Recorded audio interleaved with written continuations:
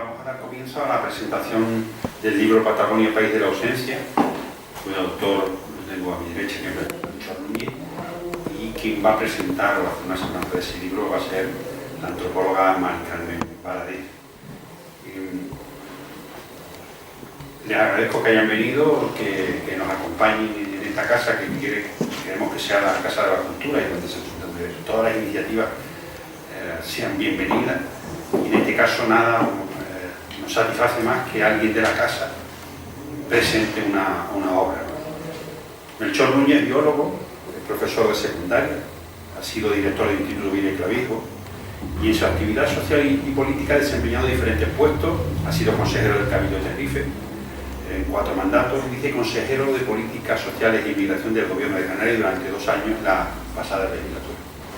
Dentro del ámbito social, como les decía, es vocal de la Comisión de Cultura y Asuntos Educativos de esta Real Sociedad Económica y asimismo pertenece a la Asociación de Amigos del Museo de la Naturaleza y el Hombre de Santa Cruz de Tenerife y también del Museo Nacional de Ciencias Naturales.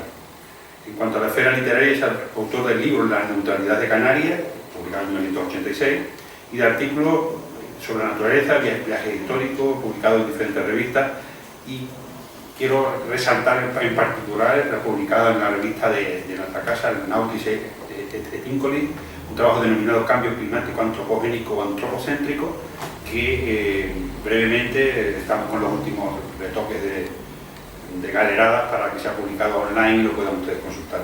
Actualmente preparo un trabajo sobre agricultura y alimentación en el mundo contemporáneo, así como un libro sobre las islas atlánticas en el circuito de la navegación histórica entre Europa y América. Melchor Núñez es aficionado a muchas cosas, a los libros en general y a los antiguos en particular, a viajar especialmente por las islas, por España, por América, y en los últimos años a la agricultura en sentido amplio.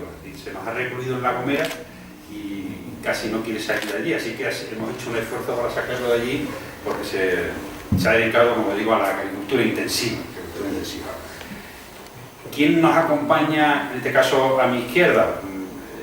Nos acompaña una excelsa antropóloga, María del Carmen Valadez Sierra, que es licenciada en Antropología y Etnología de América, posee 2 doctorados.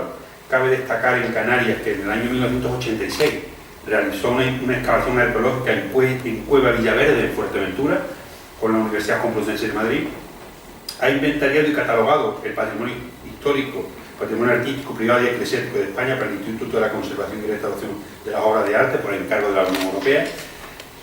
Realiza la investigación de campo en la selva amazónica del Perú para la elaboración de su tesis en el año 87 y 89. Desde el año 89 trabaja como guía de expediciones en la selva amazónica del Perú, abriendo rutas y guiando a los expedicionarios.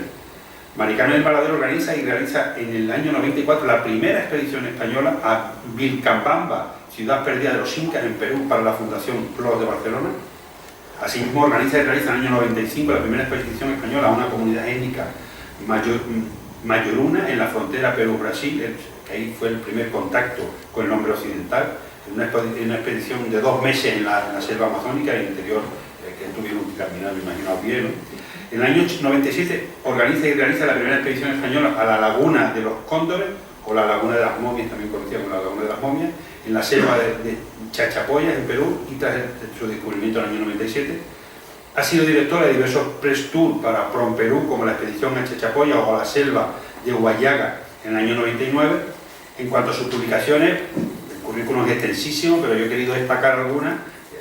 Cabe mencionar, entre otras, el monográfico sobre Perú en la revista Altair y la guía práctica del año 99, que la pueden ustedes consultar, la guía de Perú, la pueden consultar en internet en www.masdeviaje.com. En el año 2013 nos brinda un excelente libro que se llama El Perú por dentro, de la editorial Olañeta, o sea que desde una visión antropológica, y que es la primera guía que se ha editado, y si alguno de ustedes quiere adentrarse en Perú, pues yo creo que tiene que revisar ese libro. ¿Qué está haciendo en la actualidad María del Carmen Valadez? Pues está preparando una expedición mestizaje recorriendo las rutas de Francisco Pizarro a Perú, en la España peninsular, Canarias, Perú, y de su hija Francisca Pizarro del Perú hasta España, mestiza de linaje inca, figura emblemática del mestizaje de Perú-España. Y también está preparando la primera expedición española a las rutas del Paititi, lo más profundo de la selva amazónica, para la elaboración de un documental y redacción de un libro testimonial sobre la historia de las antiguas expediciones en busca de la mítica ciudad perdida de los incas. Como pueden ustedes ver, tanto el autor del libro como la antropóloga que va a comentarnos algo sobre el libro, pues son dos personas muy versadas en el ámbito antropológico y en el ámbito cultural. Así que yo ahora le voy a dar la palabra a María del Carmen Valadez para que ella pueda comentarle exactamente las maravillas que tiene este libro. Muchas gracias. Bueno, yo estoy aquí para hablar del libro de Melchor. Y entonces es lo que me ha traído porque me ha interesado. Y si a mí una cosa no me atrae, no puedo hablar de ella porque no transmito. Yo tengo que hablar transmitiendo pasión por lo que siento. Si no, es que las palabras quedan huecas. Entonces yo soy muy sincera. Y a mí este libro, pues pensé, puedo abrir un libro de viajes, no sé lo que voy a abrir, una guía, un catálogo, un libro muy científico, que va a ser duro o no, no lo sé. Cuando lo abrí descubrí que más que un libro es como el libro que leí una vez de la historia interminable, pues que era muy rara, que había que cerrarlo por una parte, abrirlo por otra, y cambiaba. Para mí así, es como si fuera así, porque ha sido como leer varios libros, y eso me ha fascinado, me ha ahorrado trabajo. Y a la vez pues ha sido mucho más completo, porque para mí yo lo veo como un libro de viajes, sí, evidentemente, pero también lo veo como un cuaderno de expediciones de las antiguas, al más puro estilo romántico, decimonónico, de los expedicionarios de aquellos tiempos, en el cual no le faltan dibujos y grabados. ¿Por qué? Porque aunque no los hay materialmente, el autor, Melchor, nos dibuja en nuestra mente todo lo que él describe, él hace que lo dibujemos rápidamente, porque tiene una facilidad increíble para que lo imaginemos. Luego, por otra parte, también, ¿se oye? Sí. Así. Por otra parte, para mí, me ha recordado al leerlo como una de esas clases antiguas que no sé si algunos de ustedes han tenido la suerte de disfrutar como yo cuando estudiaba, de esas clases de la universidad que las impartía un profesor de estos humanistas, de los que ya quedan pocos, una clase de historia de América, en la que la historia la iba contando a través de las pequeñas historias de los que lo iban viviendo, de sus anécdotas, de sus cotilleos, incluso de los mitos, de las tradiciones, lo que provocaban o motivaban ciertos hechos o nombres de lugares, y entonces los alumnos nos quedábamos con los ojos abiertos como platos hasta el final de la clase, transportados a otro mundo. Pues es lo mismo que he sentido yo leyendo este libro, porque es que es una manera de contar pequeños relatos para construir un gran relato que debo reconocer que enganchan. Entonces, cuando Melchor va narrando o describiendo un recorrido, no es un recorrido simplemente geográfico o lineal, nos cuenta las experiencias que va teniendo con otras personas. Transmite también sus sentimientos, no solo sus pensamientos, sino sus sentimientos, tanto como los sentimientos de las personas que se van encontrando en el camino. Y eso es lo que a mí me enganchó, porque nos va contando pequeñas novelas, pequeñas historias de la gente que va conociendo y de personajes históricos que influyeron muchísimo en aquellos sitios, que a uno pues le engancha, porque sigue leyendo y quiere que esa novelita no acabe. Es más, me hubiera encantado que hubiera seguido con todas ellas. Lo único que supongo que hubiera tenido que escribir por lo menos 30 libros si la hubiera terminado, con lo cual lo hubiéramos disfrutado. Bueno, a mí este libro, aparte, me parece muy interesante por dos motivos fundamentales. Uno es porque es una zona que yo, y reconozco que lo he leído como viajera, no como antropóloga, porque quería disfrutar de un viaje imaginario. Pues lo he disfrutado porque parte de ello lo conozco como viajera. He conocido lo que es la Patagonia chilena, toda la carretera austral, que él describe tan bien, y yo le he recorrido hasta Villa O'Higgins, hasta el final, y me maravilló el cambio rotundo que vas teniendo cada día. Entonces fui disfrutando mucho porque las anécdotas que va contando y los relatos a lo largo del camino, muchas las he vivido en persona, y eso siempre es agradable decir, a mí también me pasó, yo también vi esto, no era casualidad, es que realmente, o no fue subjetividad, es que otra persona lo ha vivido con el mismo entusiasmo que yo. Eso por un lado. Y por el segundo motivo que me ha fascinado y me parece importante este libro. No quiero hacer la pelota en absoluto, no es por hacer la pelota, yo digo sinceramente, porque siempre he opinado que es muy importante, bueno, para el caso de un viajero que se encuentre con el libro, que quiera hacer un viaje a Patagonia, yo siempre recomiendo un viaje, si lo quieres vivir intensamente y 2 veces, primero antes, léete un libro de viajes sobre el destino al que vayas a ir. Porque vas a ver otra visión, no vas a ser subjetivo totalmente, y porque te vas a aprovechar a hacer cosas que te recomiendan ahí, que como lo leas después vas a decir, me cachis en la mar porque no lo he hecho antes, porque no lo he leído. Pero sobre todo, léete un libro antes, porque ahí te van a explicar los motivos, los porqués, los intríngulis, los mitos, las leyendas que motivaron el origen de los sitios, monumentos que vas a ver, los porqués de los nombres, todo, de manera que vas a viajar, como yo digo, vas a ver el destino por dentro, entendiendo las pautas que siguieron la ejecución de esos asuntos, ajenas totalmente a nosotros. No vamos a ser unos viajeros con una visión etnocéntrica, como suele ser un turista, sino que vamos a verlo desde dentro. Entonces, esos son los 2 motivos más importantes por lo que yo recomiendo leer este libro, un libro de viajes, antes de viajar. Incluso me permito recomendar, yo siempre leo un libro de viajes y una novela ambientada en el destino al que voy a ir, porque voy a aprender mucho de la vida cotidiana. Con lo cual yo creo que Melchor tiene un poquito una obligación de escribir una novela sobre la Patagonia, que materia tiene de sobra. Y bueno, tampoco les quiero aburrir. Yo no soy especialista en la zona, sí compartimos conocimientos comunes en la parte andina, entonces pues yo estaría encantada de que hablara de los Andes, que tanto adoro, pero es que el fin del mundo, la Tierra del Fuego, pues a mí me fascina y yo quiero escucharle y quiero aprender con él. Pero sí quería, sin destripar el libro, pues leer tres pedazos. Son muchísimos los que me han interesado y me han calado hondo, pero 3 pedazos que yo me veía leyéndolo y lo leía otros más, pero muchos otros más, pero entre ellos que los leía una y otra vez, como en un bucle, y digo, ¿por qué no salgo de aquí? Y es que me lo estaba repitiendo, porque decía, sí, es verdad, yo pienso igual, y los quería hacer míos, egoístamente los quería hacer míos. Dejo aparte unos retazos que son bastante personales y que mejor que los lean ustedes como yo lo hice. Entonces leo pues consideraciones generales que me llamaron mucho la atención. Mejor lo tengo aquí, pero lo he apuntado aquí también. El primero que traigo es este, que habla de los desiertos, de las llanuras, y él dice: todos los desiertos, en su implacable desmesura, transmiten un sentimiento no necesariamente triste, impregnado del deseo de sobrevivir, para seguir disfrutando de las maravillas del mundo.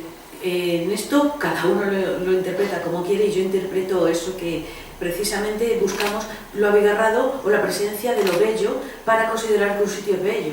Y yo pienso, precisamente cuando estamos en un sitio donde hay ausencia de todo lo que consideramos bello, esa ausencia es bello en sí, porque no está disturbada por elementos que nos distraigan.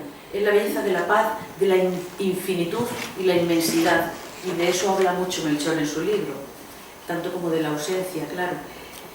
Otro texto que me impactó y me gustó muchísimo es la descripción que hace pues, de esta tierra tan contrastada, tanto en la geografía como en la personalidad. Entonces, pues simplemente leo una pequeña parte. Él dice, entre paréntesis, son parajes, porque viene hablando, inequívocamente humanos y a la vez salvajes, afables e inhóspitos, planos, llanos y esteparios, montañosos, escarpados y boscosos a la vez, próximos y lejanos a la vez. Y eso es lo que a mí siempre me ha traído de la Patagonia. No te gusta uniformemente, no te gusta a medias, no te gusta un poquito y ahora porque sí, no, te gusta brutalmente. Es como muchos dicen de la India, O te enamoras de ella o la odias, o esto, mejor dicho, te supera. Pero la Patagonia no te puede superar, ni odiarla, ni nada por el estilo. Simplemente te puede dejar muy, muy agradecido por todo lo que te ha descubierto, o bestialmente enamorado de ella. Y así es como yo creo que él se siente, y yo lo comparto. Y el tercer párrafo, que no me quiero alargar, ya aquí nos metemos en terrenos muy interesantes para mí, en los terrenos de la antropología. Y, hombre, para mí el leerlo me transmitió una pena de algo, una realidad que está presente hoy en día para nosotros también, extrapolándolo. Yo lo extrapolé enseguida, pero es una verdad como una catedral cuando él asegura en unos capítulos interesantísimos que les recomiendo leer, de las consideraciones antropológicas sobre las culturas de los últimos fueguinos o patagones, y dice: una cultura comienza a extinguirse desde el mismo momento en que otros imponen cómo denominar a sus miembros, en lugar de hacerlo por el nombre que se dan a sí mismos. No hagamos más que pensar en lo que está pasando hoy en día aquí. Es una opinión muy personal, pero es verdad, porque nosotros si nos hacemos un amigo por una red social de alguien, ya no somos amigos, somos followers. Nos ponemos los leggings para hacer jogging. Ya no tenemos identidad propia en muchas denominaciones idiomáticas. Nuestro idioma creo que se va a la porra si seguimos así, porque estamos siendo colonizados por el idioma anglosajón. Nosotros mismos lo estamos adorando, y los anuncios en la televisión son en inglés, muchos íntegramente. En fin, entonces esa pena que me está dando a mí, pues yo lo vi aquí extrapolado totalmente, pero tiene más razón que un santo cuando dice que lo importante es reconocerse a sí mismos, y la lástima es que muchos pueblos primitivos dejaron de reconocerse a sí mismos porque se dejaron llevar por las estrellas y por las iluminaciones falsas y fatuas que otros les llevaron. Y bueno, ya le dejo la palabra a él porque estoy ansiosa por ver cómo nos cuenta todo lo que ha escrito. Gracias. Muchas gracias. Quería también agradecerles a ustedes la asistencia. Realmente es un privilegio tener a algunas personas, a todas las personas que están aquí, que para mí, en una ocasión tan singular, en fin, son personas tiene un valor incalculable, ¿no?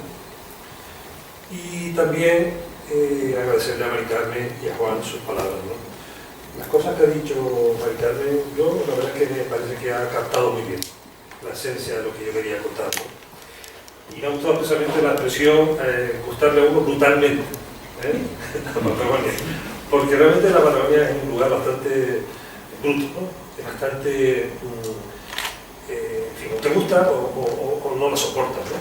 Porque realmente la primera impresión es de que es un lugar inhóspito, un lugar desolado, un lugar, en fin, que te sobrepasa, ¿no? Por muchos aspectos que ahora vamos a comentar, ¿no? Y a mí, francamente, como me gusta así, ¿no? Realmente, ¿por qué la Patagonia y por qué la Tierra del Fuego me apasionan tanto? Pues realmente por dos razones muy particulares. Una de ellas ya lo ha mencionado Mari Carmen, y es que algunos libros tienen una influencia decisiva en los sitios que te gustan y a los que al final acabas yendo. Yo fui a la Patagonia porque desde muy joven, en realidad, era una foto de Ushuaia. Ushuaia es esa ciudad que está al fondo, ¿no? Está rodeada por la cadena Martial, una cadena de volcanes, en fin, es una cosa espectacular Ushuaia, ¿no? Y este que está aquí en primer lugar es el canal Vigo, ¿de acuerdo? Entonces no fue esta foto la hice yo, ¿no? Fue otra foto. Pero, y además venía siempre con el tópico ese, el latiguillo inseparable de Ushuaia, que es el de la ciudad más meridional del mundo. Y efectivamente, bueno, está en disputa los chilenos, esto es Argentina, la Tierra del Fuego, la parte argentina. Los chilenos le disputan a Ushuaia la condición de ciudad más austral del mundo porque hay una pequeña isla, bueno, no tan pequeña, Navarino, que está al frente de este lugar, que tiene una capital que se llama Puerto William. Entonces los chilenos dicen que Puerto William es todavía más austral, pero realmente Puerto William no es una ciudad, realmente es un pequeño asentamiento, hay una instalación militar, etc. No se compara con Ushuaia, que se fundó pues, casi a finales del siglo XIX, ¿no? Con un asentamiento de pastores anglicanos y con una comunidad de llamas, ¿no? De los indígenas indígenas que vivían en ese lugar. Esta fue una de las cosas que me motivó a mí hace muchísimos años, en la idea de alguna vida. ¿De acuerdo? Y la otra fue la lectura de un libro, que fue el libro de Bruce Chadwick, un viajero inglés que también estuvo en los años 80 en la Patagonia, y escribió un libro que para mí es un libro de referencia, que se llama En la Patagonia. Un libro muy controvertido, a mí me parece una obra maestra, pero en Argentina, por ejemplo, hay mucha gente que lo discute y lo cuestiona, incluso hay libros, yo he visto en Argentina libros que hay de gente que ha escrito libros para demostrar la falsedad de Bruce Chadwick, ¿no? Sin caer en la cuenta de que escribiendo cosas, pues bueno, se le puede ir al narrador la mano y a lo mejor inventarse una conversación. No es mi caso en este libro, pero a lo mejor a Bruce Chadwick sí le ha descubierto algún que otro, digamos, invención, ¿no?, narrativa. Pero en fin, eso no desmerece de la calidad del libro ni de la importancia que tenía, ¿no? Aunque es la perspectiva de la Patagonia vista desde un británico, por lo que tiene de bueno y lo que también tiene de malo. Sobre todo estando en Chile, en el momento que se produce la dictadura, por la que pasa de puntillas, por ejemplo, ¿no?, y tantas otras cosas. Pero el libro es un libro que realmente a mí me impresionó y me impactó mucho. Y empieza hablando de un brontosauro, supuestamente un brontosauro, que en realidad es un trozo de piel de un milodón, que es ese animal que está ahí, uno de los grandes mamíferos que desaparecieron hace unos 10.000, 12.000 años de la Patagonia, y del que él se encontró, bueno, alguien se había encontrado un trozo de piel que acabó en una estantería de la abuela de Chadwick. Y él empieza el libro hablando del trozo de piel de ese milodón, que también le motivó en él la idea de alguna vez de ese sitio. Ahí está una reproducción de milodón que está, en fin, muy simpática y muy ingenua, que está en la cueva del milodón, cerca del puerto natal, en la región magallánica de Chile, ¿no? Esas dos cosas, el libro de Chadwick y la imagen de Ushuaia, fueron quizás las dos cosas que me motivaron a la idea de ir alguna vez a Patagonia. Les he hecho aquí un pequeño croquis, digamos, intentando resumir de qué estamos hablando. ¿De qué estamos hablando? Entonces, no sé si se verá muy bien, pero observen que ahí hay un mapa de la Patagonia argentina y chilena. La chilena es la que está a la izquierda, digamos, la parte occidental. El resto es la Patagonia oriental, que es la parte argentina. Estamos hablando de un territorio inmenso. Fíjense las dimensiones, ¿no? Sería algo así como un triángulo invertido que tiene una base de unos 1.000 kilómetros por unos 1.800 kilómetros de altura. Es decir, esa es la versión más reducida, porque hay otras versiones que ponen los límites más al norte todavía del río Colorado en Argentina.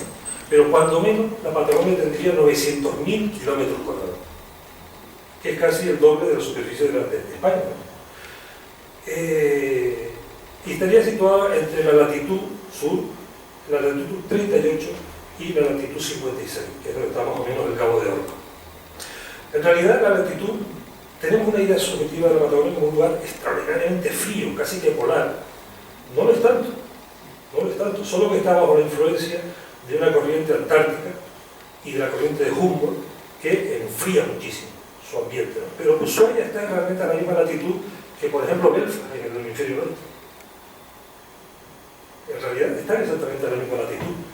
Lo que pasa es que la influencia antártica en la Patagonia, en Ushuaia, hace que bueno, la temperatura a veces en verano, nos pasó en una ocasión a Carmen y a mí, estando en Ushuaia, pues estábamos a 20 grados y de pronto, en cosa de una hora, bajó a 1 grado. Aunque te encuentres a lo largo del mismo día las 4 estaciones del año, ¿no? Incluso en verano. O sea, que se ponga el día de pase de verano a otoño, a primavera e invierno en cosas de horas, ¿no? Por esa influencia de las dos grandes corrientes frías. Entonces ahí tendríamos, por una parte, pues eso, un inmenso espacio que yo he subdividido en 5, digamos, subespacios, ¿no?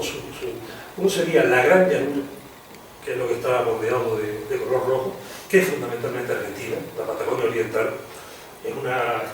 La vegetación es una estepa, o sea, una pradera, y es una meseta, una inmensa meseta dentro de la cual pues algunos ríos, que son además ríos que no tienen afluente, que nacen prácticamente en la cordillera de los Andes, pues atraviesan todo el territorio para desembocar en el Atlántico, ¿no? Entonces es un paraje espectacular. O sea, seguramente lo que más me podría haber atraído de la Patagonia seguramente es la llanura.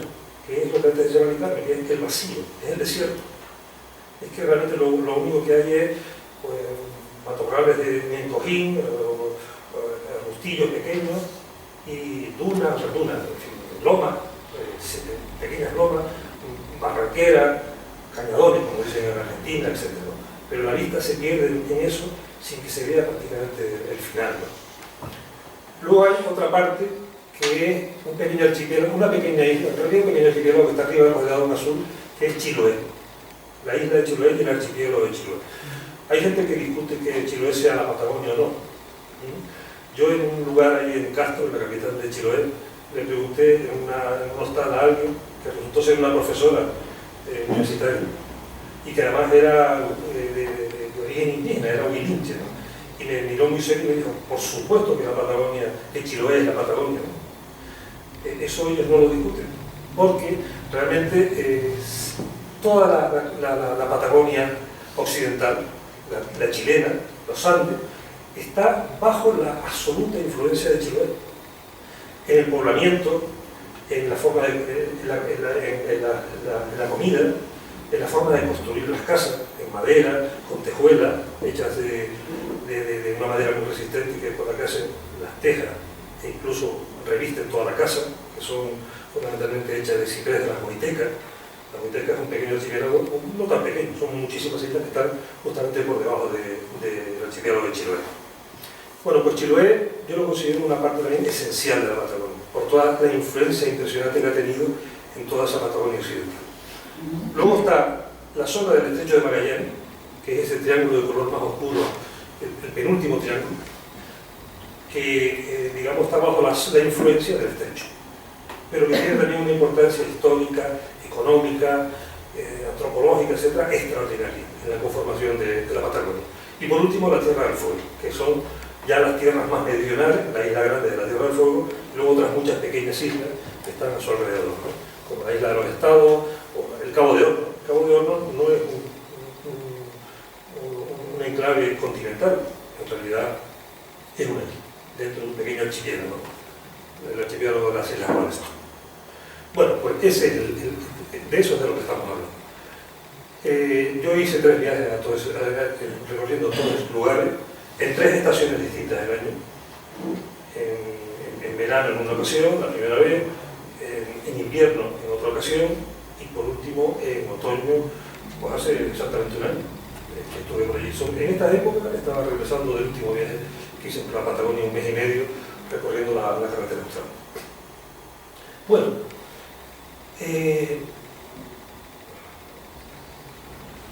fíjense, la Patagonia es un lugar de viajeros también. Se viaja sobre el territorio, pero también se viaja con la imaginación. Cuando uno ve este tipo de imágenes, está hecha por un dibujante basándose en las notas que tomó las personas que participaron con una viajera inglesa del siglo XIX que se llamaba Lady Florence Edici, que es una personaje muy singular, muy singular. Realmente yo creo que llamaría la atención sobre todo de las mujeres que se interesaron por la obra de esta aristócrata inglesa, que fue verdaderamente una avanzada en su época, en idea, en comportamiento, en actitudes, en cosas de guerra, la guerra de los Boer, en fin, un personaje extraordinario. Que a mí me da un poco de rabia, ¿no? Que cada vez que la mencionan en la Patagonia, sobre las páginas web y estas cosas, la trata siempre como la primera turista de la Patagonia.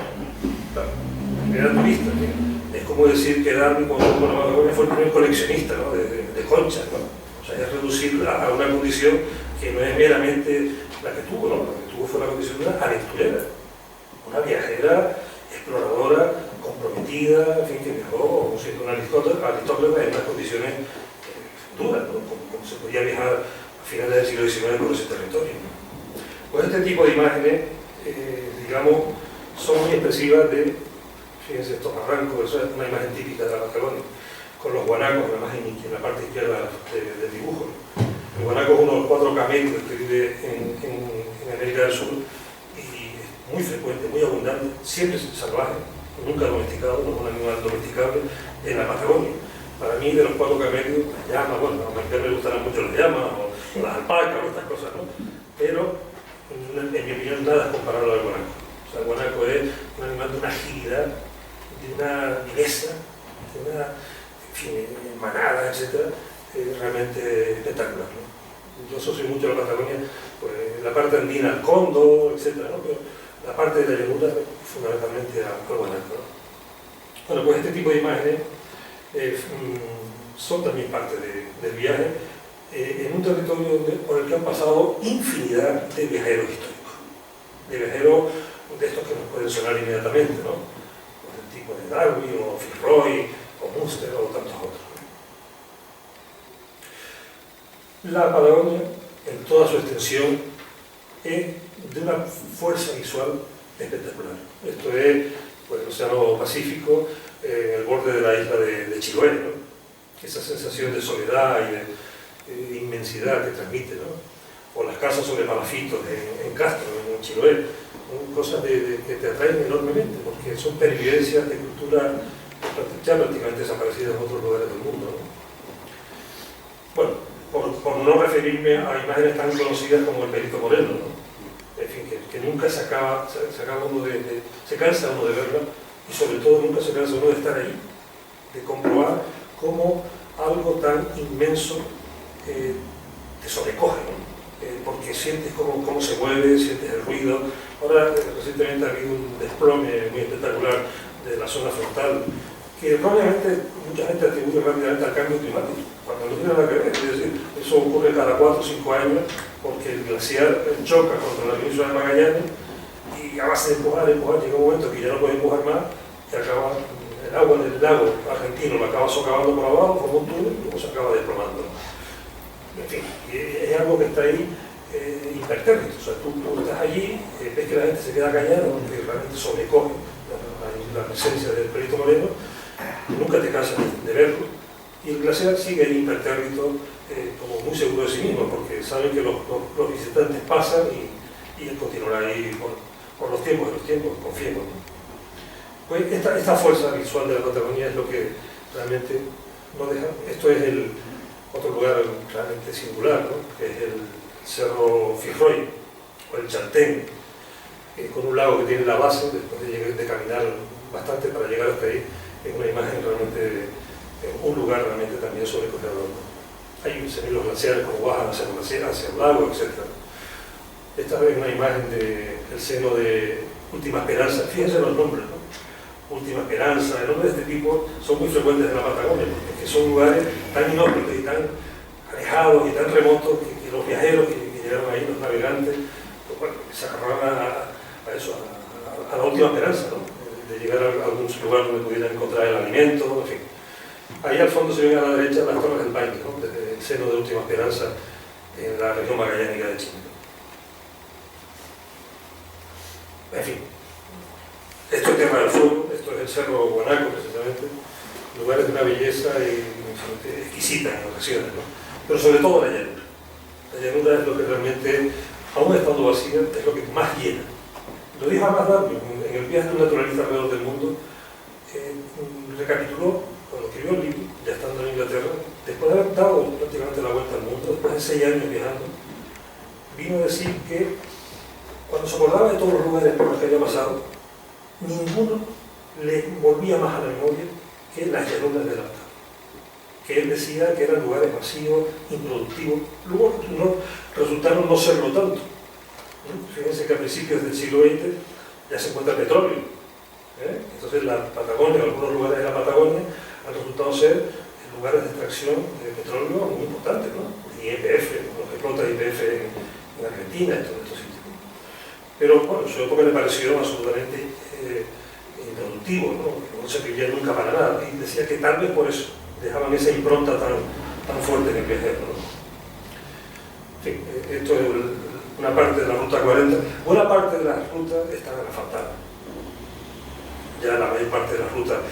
Pero todavía resulta relativamente frecuente encontrarse con pistas o caminos que están recubiertos de ripio, lo que llaman ahí en Argentina ripio, que sería algo así como el picón, ¿no? Una especie de picón. Y es bastante frecuente encontrarse las pistas así, aunque se circula fácilmente por ellas. Se circula sin problemas por ellas. En fin, incluso a excesiva velocidad, ¿no? O sea, una velocidad de la que resultaría recomendable, ¿no? Bueno, o esta otra imagen que también es muy singular, ¿no? Esta es la desembocadura del río Báquer al final de la carretera austral. ¿De acuerdo? Ya en una localidad que está inmediatamente antes que esta última, la que antes hacía Mari Carmen mención, que era Puerto Gil. Bueno, pues esta es la que está inmediatamente antes. Esto se llama Caleta Tortel. Uno se mete en Caleta Tortel y se le pasan los días porque es que, en fin, no solo es la belleza monumental de los paisajes, sino también la historia. Sí, de ahí ha habido una historia de colonización. Primero los pueblos originarios, luego los chilotes, los gente procedentes de Chiloé, que fueron a trabajar a esos sitios, ¿no? Donde las haciendas podían tener 80.000, 100.000 hectáreas. Llegaron a haber explotaciones ganaderas de ese tamaño, completamente ahí. No recuerdo cómo se llamaba la que explotó a finales del siglo XIX, toda esta zona del Báquer, del río Báquer, donde hay historias que le sobrecogen a uno. Por ejemplo, la historia de la isla de los muertos, una pequeña isla que está aquí, creo que se veía en la fotografía.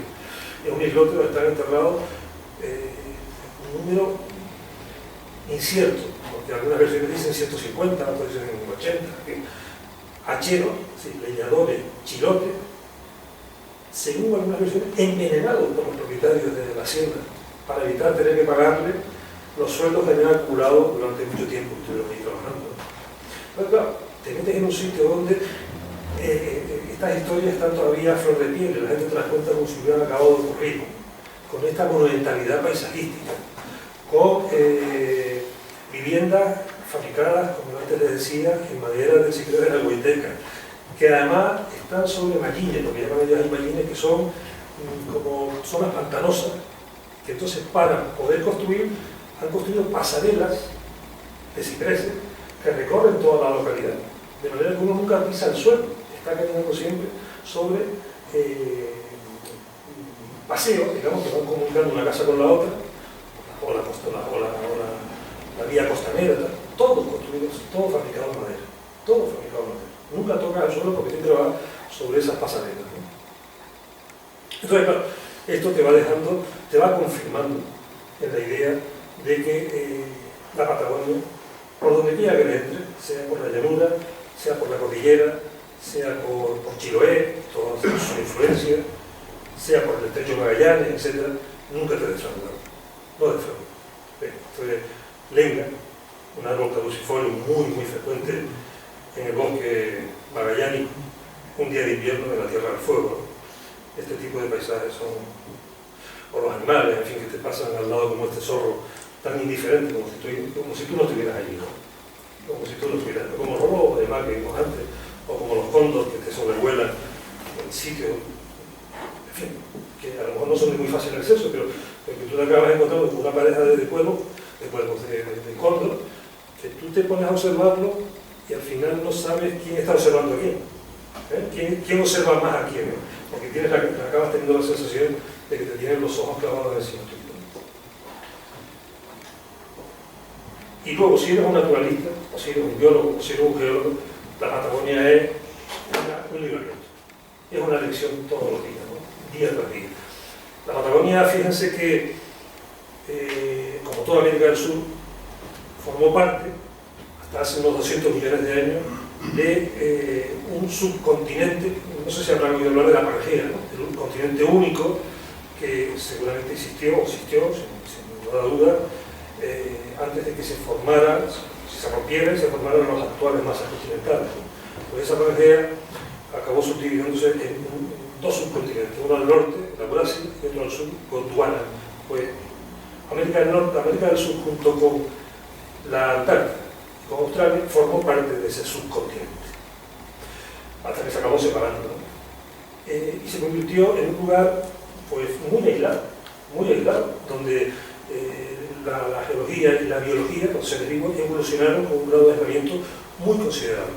Solo se unió América del Sur con América del Norte hace solo 2 millones de años aproximadamente. Las dos masas subcontinentales se acabaron uniendo y se formó una comunicación que revolucionó la vida en los dos continentes, porque produjo un intercambio biótico muy importante, ¿no? En virtud del cual muchos grandes mamíferos se desplazaron hacia América del Sur. donde ya había habido una presencia de los dinosaurios espectacular, impresionante. Seguramente los mayores fósiles de dinosaurios conocidos se han encontrado en la Patagonia. Claro, y la geología allí es un territorio donde desde hace 200 millones de años realmente ya estaba formado lo que hoy es la Gran Meseta, pero después actuaron de una forma intensísima todas las glaciaciones que ocurrieron durante la era anterior, ¿no? Hasta el comienzo de nuestra era, digamos.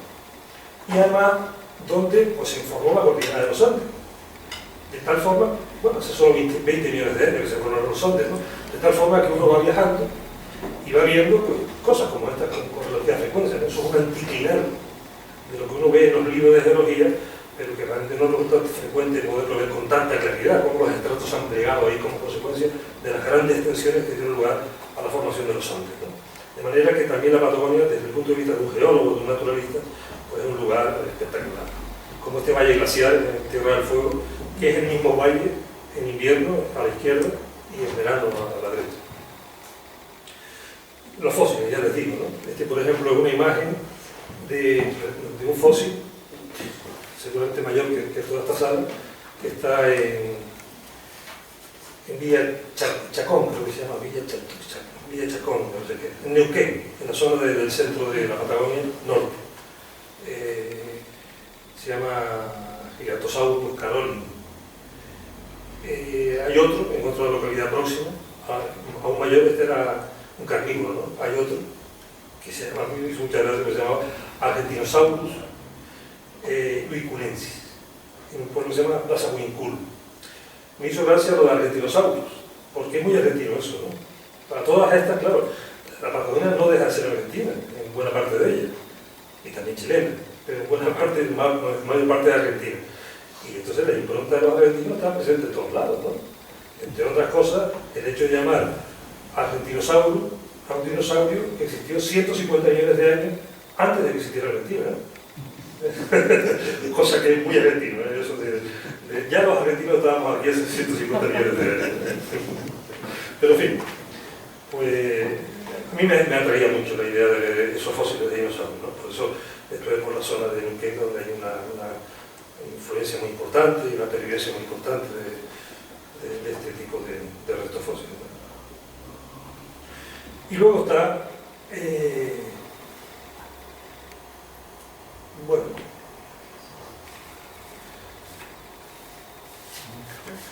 está pues la historia humana, ¿no? Está también la presencia humana.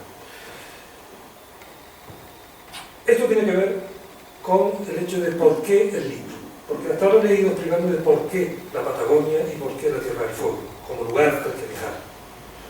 Pero también ustedes se podrían preguntar, bueno, se puede viajar y no porque escribí un libro, ¿no? Pero al mismo tiempo a mí me interesó la idea de escribir un libro sobre esto porque me interesaba especialmente indagar en la complejidad que hay detrás de la simpleza aparente de las cosas, ¿no? Uno va a la Patagonia y le da la impresión, a primera vista, engañosamente, de que todo es muy sencillo. Si allí lo que hay son espacios abiertos, inmensos, sean en la cordillera o sean en la llanura, bajísima densidad de población, salvo algunas ciudades, como por ejemplo Neuquén, que tiene unos 200.000 habitantes. Si uno va a la Tierra del Fuego, es que la densidad de población es extraordinariamente baja. La gente vive en unas pequeñas localidades y luego haciendas o estancias que pueden estar a kilómetros una de la otra. O también otro elemento que ayuda a esa idea engañosa de simplicidad o de simpleza es la ausencia de grandes culturas materiales anteriores a la llegada de la europea. O sea, no estamos en Perú, no estamos en Bolivia, ¿no?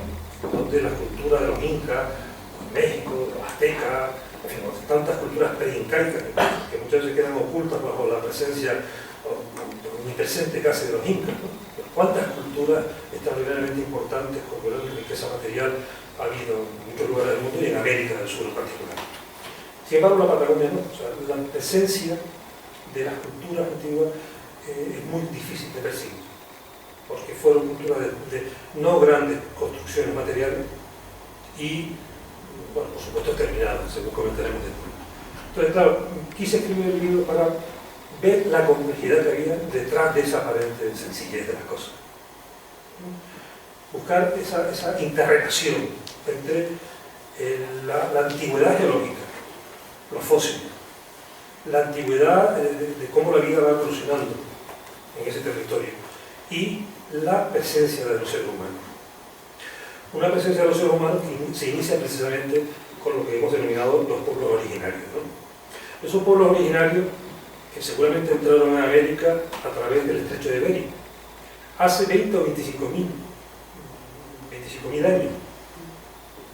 Años más arriba, años más abajo, pero vamos, según muchos estudios, pues seguramente por ahí, que probablemente en ese momento hubo una comunicación por tierra entre Alaska y Siberia, y entraron por ahí y se fueron desplazando por toda América a lo largo de miles de años hasta llegar a la zona más meridional. Pueden haber llegado a América hace 25.000 o 30.000 años esos seres humanos, pero acabaron en la Patagonia y en la Tierra del Fuego hace no más de 6.000 años.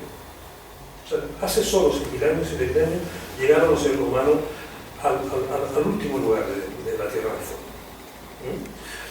Y se fueron diferenciando culturalmente, fueron generando incluso formas lingüísticas propias, diferentes, ¿no? Y culturas y formas, economías diferentes. Hay realmente dos grandes grupos, ¿no? Los nómadas, los seminómadas, y los que se asientan en determinados lugares y crean la agricultura, ¿no? Y además a ambos les va, en general, tienen suertes diferentes a la hora de la colonización europea. En general resisten mejor los que se asientan en lugares y generan agricultura, ¿no? Frente a los que son nómadas o seminómadas, como pasaron por los pueblos de la Patagonia, ¿no? Entonces ahí hay una serie de pueblos que se van diferenciando, de comunidades, de grupos, algunos escasísimos, seguramente muy pocos seres humanos, pero fueron los seres humanos que vivieron más al sur de la Tierra, los que vivieron realmente en los confines de la Tierra, ¿no? Por debajo de ellos no hubo ninguna civilización, ninguna cultura, ningún ser humano que pudiera vivir, porque no hubo poblamiento de la Antártida, pero ellos fueron los últimos, los que estuvieron más en los confines de la Tierra. Se suelen diferenciar esos grupos, ¿no? Más al norte, en Chile, en el norte de la Patagonia, todavía perviven los mapuches. Los mapuches son realmente una comunidad, una cultura, una etnia que ha tenido una capacidad de resistencia enorme frente a la colonización posterior. Y han conseguido ser incluso una población muy numerosa en la región, por ejemplo, de la Araucanía, en Chile, ¿no? Es lo que los españoles llamaron los araucanos, ¿no? Del poema de la Araucanía, en fin. Bueno, ya saben a qué poco me refiero, no recuerdo el otro. ¿Eh? No, es un escritor ya chileno, pero de origen español. Garcilaso, no, el Inca, no. ¿El Inca Garcilaso? No. Ya lo digo. Bueno, en cualquier caso. con el nombre de él, ¿no? No recuerdo el mazo de Chile con el nombre del Bueno, ya me acordaré. En cualquier caso, está el complejo mapuche, en la zona del norte, del sur, la zona media de Chile y norte de la Patagonia Argentina. Esos mapuches acabaron invadiendo lo que hoy es Argentina, en conflicto con los tehuelches, en fin, en el siglo XVIII, en nuestra era, y acabaron dominando a los tehuelches, pero en fin, esa es otra historia, que por cierto trae resquemores también en las relaciones entre Chile y Argentina, y tal, ¿no?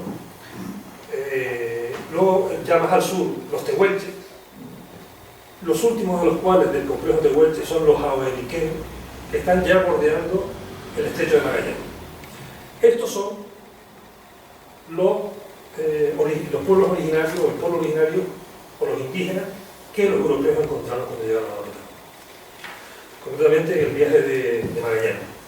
Cuando Magallanes, en 1519, cruza el estrecho de Magallanes, el estrecho que lleva su nombre, tropezaron con unos indígenas que creyeron que eran muy grandes y muy altos y gigantescos y tal, ¿no? Que probablemente ese sea uno de los orígenes que tiene el nombre de Patagón, o sea, patas grandes, ¿no? Patagón, sí. Seguramente, bueno, una exageración como hacían tantos otros navegantes respecto a la sirena y a los monstruos marinos y estas cosas, que en alguna medida se apoyó también en que vieron sus huellas en la nieve, ¿no? Entonces, claro, iban calzados con pieles de guanaco, Con lo cual las huellas de las pies eran todavía mayores, ¿no?, lo que realmente eran. De ahí esa confusión que hicieron creer que cuando llegaron a Europa que se estaba en una tierra habitada por gigantes, ¿no? En fin, pues estos eran los patagos. Los tehuelches, Ahoniquén eran los patagos. Y luego hay una serie de comunidades, los Selknam, que vivían en la isla grande de la Tierra del Fuego, en la zona verde, o Buona. Los Jau vivían en un trocito pequeñísimo, en verdes fuertes.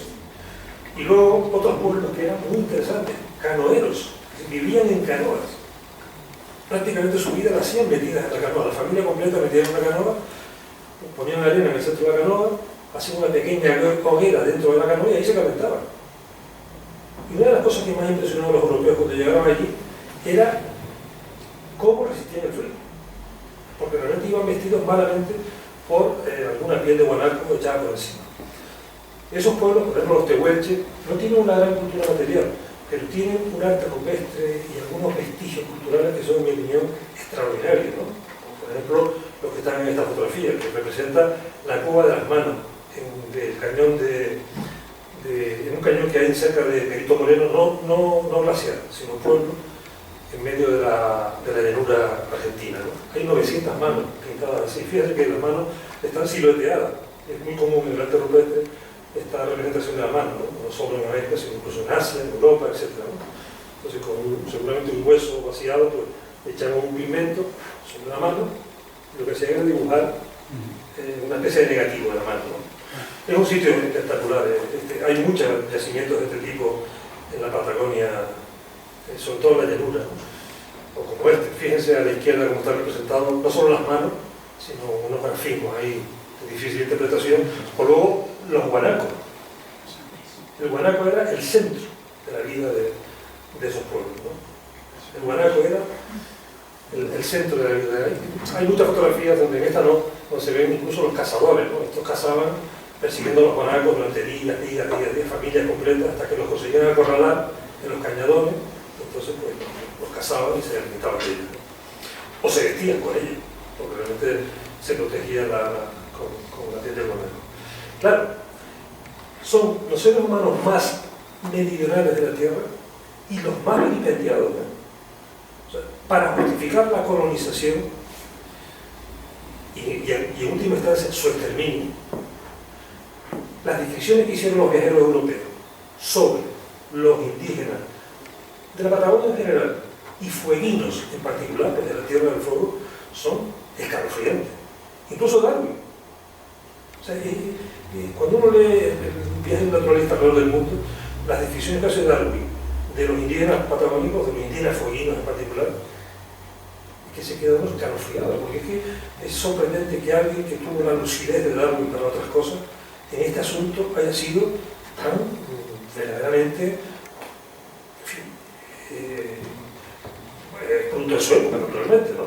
Producto de su época, pero realmente resulta escalofriante ver los seres humanos más abyectos, más feos, más ruines, no sé si juicio de valor, pero sí más abyectos, más feos, que no tienen un habla propiamente dicha, sino parece que grujen. Claro, esas son cosas tan absurdas como que después hay otros viajeros posteriores que incluso hicieron un diccionario de la lengua de los Yaman, que es un grupo que están ahí, que antes, no sé si antes lo vieron, Villamicano, que tenían un idioma riquísimo, que para denominar determinadas relaciones familiares tenían, pues a lo mejor los ingleses usaban 3 expresiones y estos usaban 300 o 400 expresiones, ¿no? Diferentes para referirse a las relaciones interfamiliares o interpersonales. Lo que pasa es que, claro, uno ve a veces lo que quiere ver, y lo que querían ver estos viajeros era un pueblo que, en fin, que no van a vivir. Pero sin embargo estaban perfectamente adaptados a su medio. Su civilización consistía no en haber construido grandes catedrales, sino en saber sobrevivir en un ambiente tan hostil, de tal forma que cuando esos mismos navegantes europeos, tan fatuos y soldados de sí mismos, naufragaban, que pudieron resistir más de 3 días en aquel mundo, ¿no? Si no eran ayudados por esta gente, realmente no sobrevivían. Y hay crónicas de infinidad de naufragios en las costas de la Patagonia, donde o eran auxiliados por los propios patagonios o no sobrevivían en aquel mundo y una semana, ¿no? Fíjense además la belleza de estos, son fotos hechas a finales del siglo XIX, cuando todavía existían grupos que mantenían esta cultura, ¿no? Es decir, que seres más eyectos, no se les puede llamar humano, es una expresión que usa Darwin. Este es el tipo de ser humano que vivió en la Tierra del Fuego hasta finales del siglo XIX, ¿no? Esta foto a mí me gusta especialmente, ¿no? Porque esos son Selma, ¿no? Ona. La última mujerona que vivió en la isla Navarino, hay un libro de una antropóloga francesa que se llama Anne Chapman, que habló con ella hasta hace aproximadamente unos 25 años, ¿no? Murió hace unos 25 años. El último ser humano que nació y vivió en la cultura celta y que no hablaba español, solamente se expresaba en su lengua. Y me gusta mucho esta foto porque realmente es una familia completa, ¿no? Caminando en un mundo tan inhóspito, con malamente una piel echada por encima, ¿no? En un lugar donde, en fin, el viento, el frío, la helada, etc., resultan prácticamente incompatibles con la vida, ¿no? Aquí estos son también Selman en una celebración muy famosa que hacían, que además, en fin, no voy a contársela porque me voy a leerla, pero que tiene mucho interés en cuanto a conceptualizar las relaciones hombre-mujer en esa cultura, ¿no? Que era por otra parte muy patriarcal. No así otras culturas indígenas americanas donde la relación hombre-mujer fue bastante igualitaria, ¿no? Aquí no, en esta era realmente muy desigual.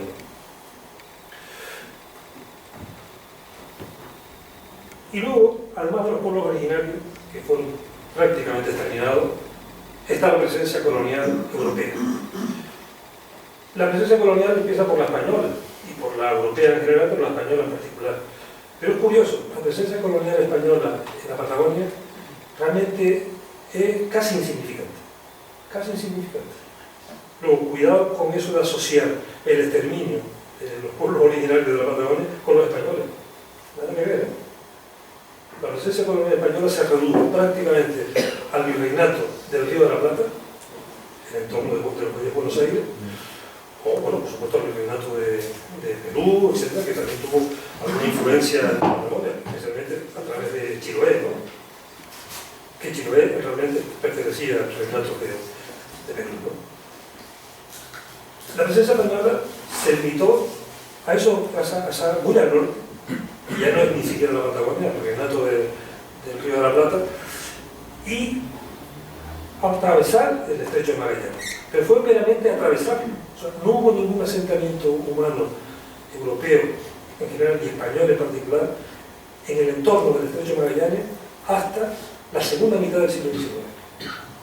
Es decir, desde que Magallanes pasó, por cierto, el descubrimiento del estrecho de Magallanes por parte en 1519, para mí es uno de los acontecimientos geográficos más importantes de la historia, porque fue el que permitió comunicar el Atlántico con la otra mar, ¿no? Lo que Núñez de Balboa denominó la otra mar, o el otro mar, o el mar del sur, la mar del sur, cuando descubrió el Pacífico, ¿no? Es un descubrimiento fundamental, porque hasta ese momento, pues, Colón había llegado a América, los españoles habían llegado a América, etc., pero creían que aquello era un muro infranqueable, ¿no? Hasta que realmente Magallanes encontró un paso que comunicó al Atlántico con el Pacífico, del que se había percatado de su existencia Núñez de Balboa unos años antes, ¿no? Bueno, pues el estrecho de Magallanes tiene esa importancia estratégica, es ya el paso más rápido, sin existir todavía el estrecho del canal de Panamá, naturalmente, para llegar al Pacífico.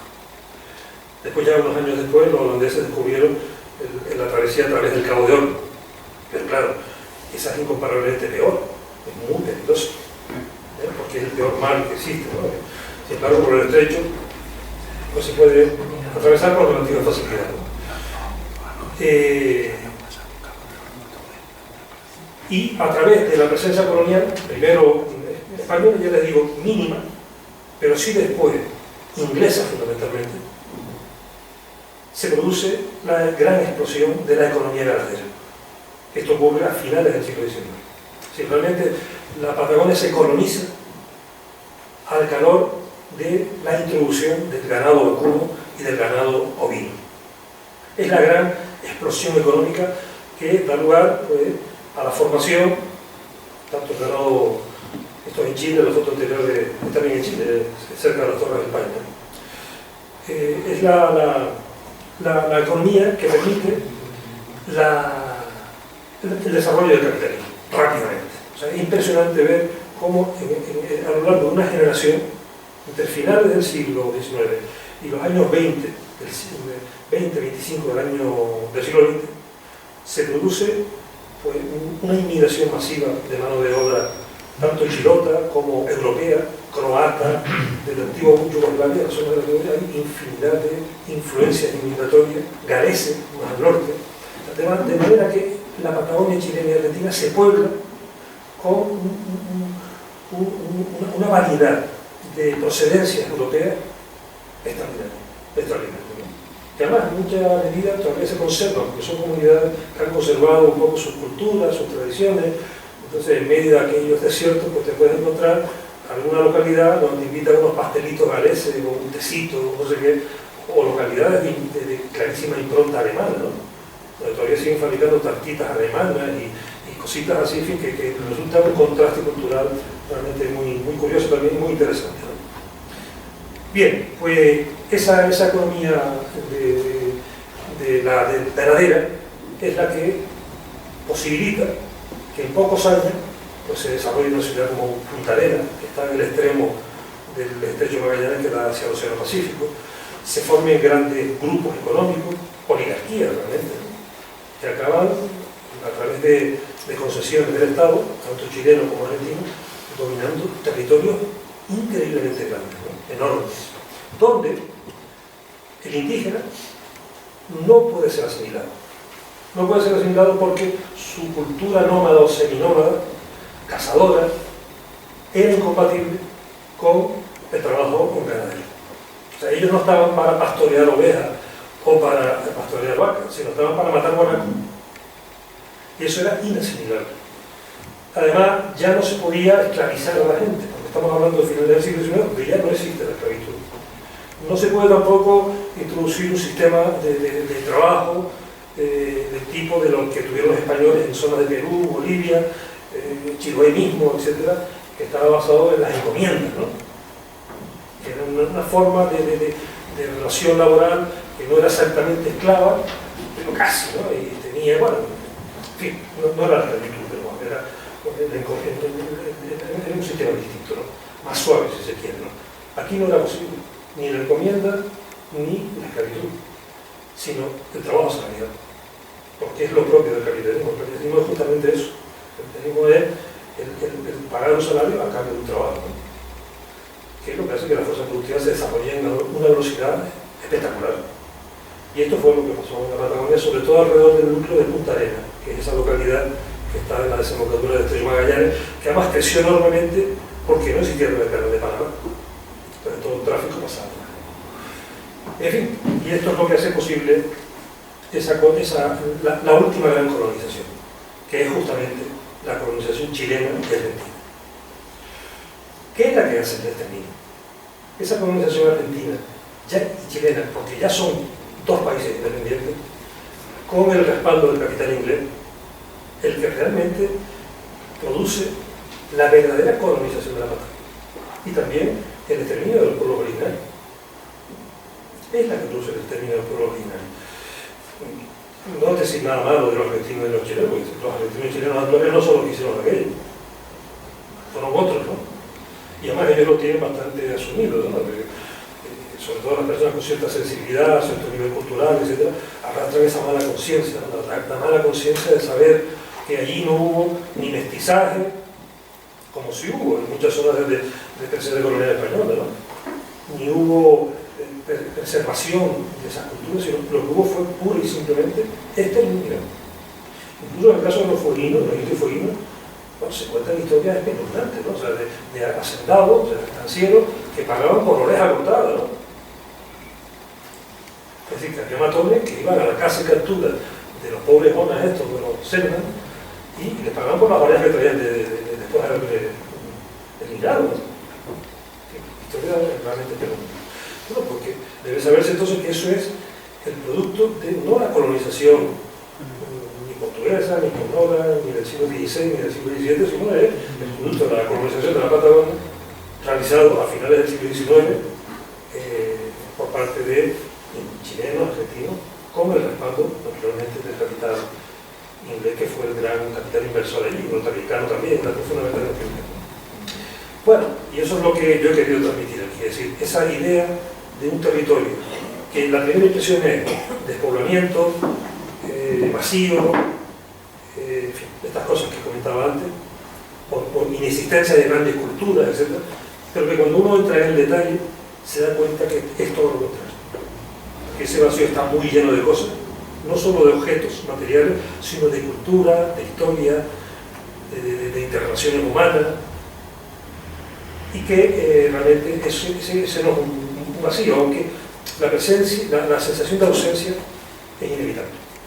Porque claro, ahí tienes siempre presente la idea de que han sido exterminados seres humanos, de que la Patagonia fue otra cosa que también mueve mucho esa sensación de ausencia, fue un lugar de destierro, fue un lugar de presidio. O sea, uno va paseando por la Patagonia y se encuentra con antiguos presidios en la isla de los Estados, el antiguo presidio de Ushuaia, porque era un sitio tan remoto, que dónde mejor que mandar a los presos políticos, a los presos comunes, etc.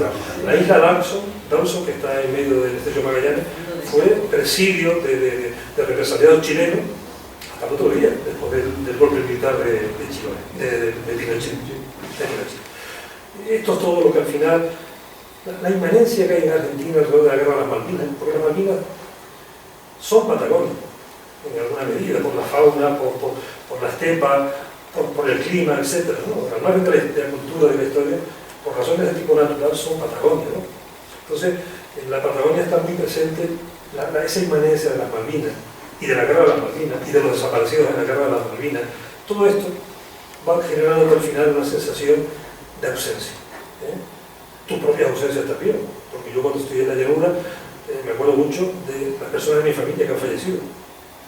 Sí, es así, esa sensación de que falta alguien, faltan los tuyos, a los que por cierto les dedico el libro en las primeras páginas, ¿no?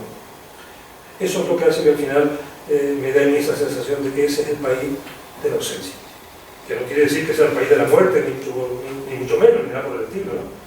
Como decía el curso más parte de la Toscana después de la Segunda Guerra Mundial, que llamaba la tierra el país de los muertos, y tal, ¿no? No es el país de los muertos, es el país de los ausentes.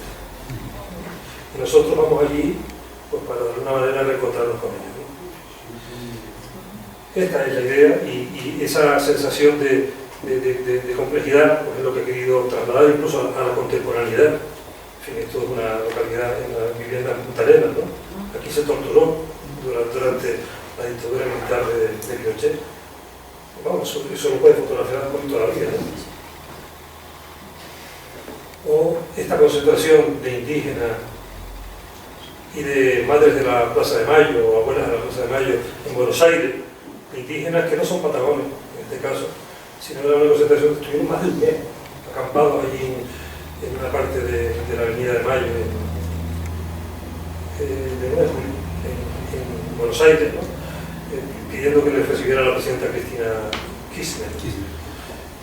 Porque estos son indígenas de Chaco, al norte de Argentina, frontera con Paraguay, pero por los mismos tipos de problemas que pudieron tener los patagones hace un siglo, ¿no? Solo que ahora ya, bueno, no se les extermina igual, pero también se les extermina.